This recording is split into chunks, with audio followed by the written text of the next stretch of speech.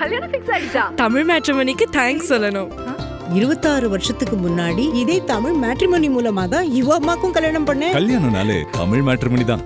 திமுக அதிமுகவை தாண்டி இந்த தேர்தலில் புதிதா தமிழக வெற்றி கழகம் வந்திருக்கு. இளைஞர்களுடைய வாக்குகள் பலரும் தாவேகாவுக்கு தான் சொல்லிட்டு இருக்கிறாங்க. நம்ம தினமும் ஒவ்வொரு வீடியோலாம் பார்க்க முடியுது.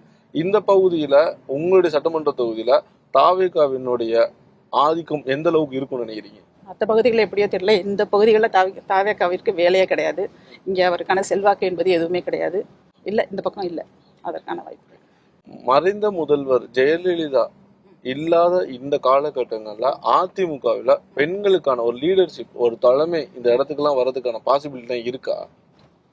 தலைமைங்கிற கேள்விக்கு இடம் இல்லை. ஏன்னா அது வந்து யார் வேணா வரலாம். பெண்கள் தான் வரணும், ஆண்கள் தான் வரணும் அப்படின்லாம் இல்லை. யார் கட்சிக்கு கடுமையாக உழைக்கிறாங்களோ அவங்க வருவாங்க. அதுதான். எந்த ஒரு பதவிக்குமே வந்து ஆண் பெண்கிற பிரிவினை எல்லாம் கிடையாது. யாருக்கு வாய்ப்பு இருக்கோ, யார் உழைக்கிறாங்களோ, யாரால் அதை தலைமை பண்புக்கு வர முடியுமோ, அந்த முயற்சி இருக்கோ அவங்க வர முடியும். அது மட்டும்தான். அம்மா அவர்கள் இருந்தபோது என்ன பாதுகாப்பு இருந்ததோ, எங்களுக்கு என்ன முக்கியத்துவம் இருந்ததோ, அதே பாதுகாப்பும் அதே முக்கியத்துவமும் அண்ணன் எடப்பாடியார் அவர்களுடைய இந்த நிர்வாகத்தில் எங்களுக்கு இருக்கின்றது. நீங்க ஜெயலலிதாவை முதல் முறை பார்க்கும் பொழுது உங்களிடம் ஒரு விமனா அவங்க பேசின ஃபர்ஸ்ட் வேர்டுன்னா ஒரு அட்வைஸ் கண்டிப்பா கொடுத்துருப்பாங்க. அந்த அட்வைஸ் என்னவா இருந்தது? அம்மாவை நான் முதல் முறை பார்க்கும்போது நாங்கள் நேர்காணலுக்காக சந்தித்தோம். நிறைய முறை அம்மாவை பார்த்துருக்குறோம், அதுக்கு முன்னாடி தூரத்துலேருந்து பார்த்துருக்குறோம்.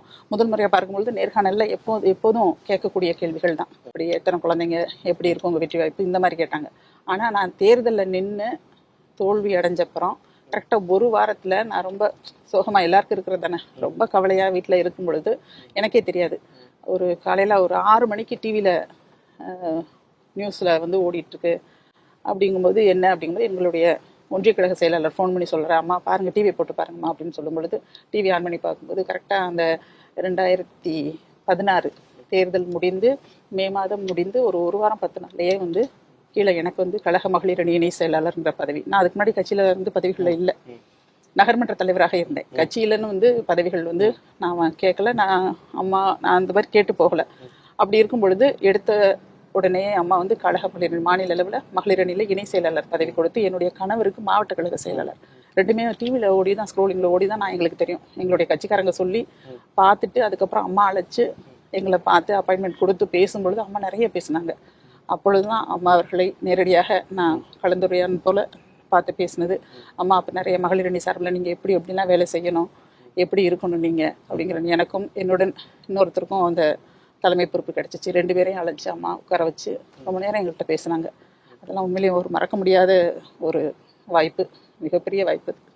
வீட்டில் ஒருத்தர் அரசியல்வாதியாக இருந்தாலுமே ஃபேமிலியை ரன் பண்ணுறதுலாம் கஷ்டம்.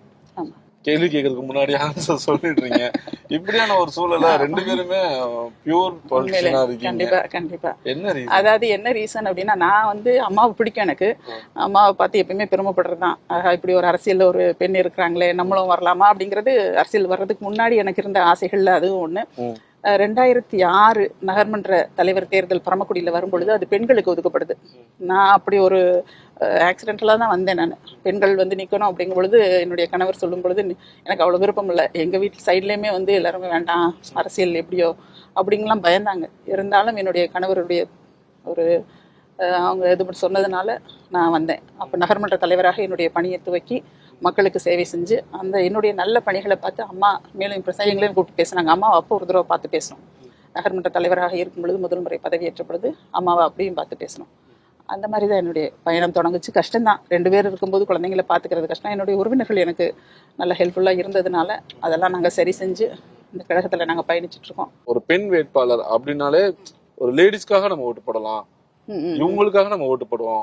ஒரு அது உண்மைதானே. இப்ப நாங்கள் போகும்போது என்ன சொல்றாங்க ஜனங்க, ஜென்ஸ்னா வந்து மறந்துடுவாங்க எதையாவது சொல்லிட்டு, லேடிஸ்ட சொன்னா அது ஞாபகம் வச்சு செய்வாங்க. நான் சேர்மனா இருக்கும் பொழுதே அப்படிதான். நான் என்கிட்ட ஒரு வாக்குறுதி சொல்லிட்டு போனாங்கன்னா மத்தவங்க எப்படின்னு தெரியாது, ஒரு சொல்லிட்டு போனாங்கன்னா நம்ம திரும்ப நினைவு வச்சுட்டே இருப்போம். ஐயோ சொன்னாங்களே, அது உங்களுக்கு செய்யணுமே மனசுல ஓடிட்டே இருக்கும்.